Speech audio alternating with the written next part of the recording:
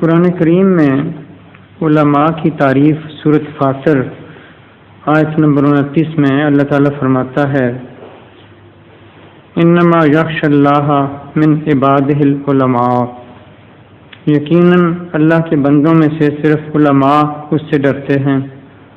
دوسری طرف حدیث مشکات کتاب العلم میں حضرت علی رضی اللہ تعالیٰ سے روایت ہے کہ آن حضرت صلی اللہ علیہ وسلم نے فرمایا کہ علماء آسمان کے نیچے بسنے والی مخلوق میں سے بدترین مخلوق ہوں گے۔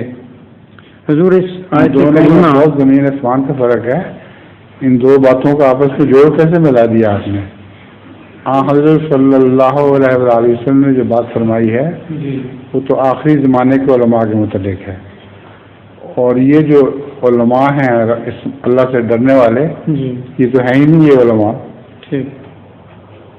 جو سچے عالم ہیں وہ اللہ سے ضرور ڈرتے ہیں، اور صرف وہی ہیں جن کو سچا علم ہو جو خدا سے ڈرتے ہیں۔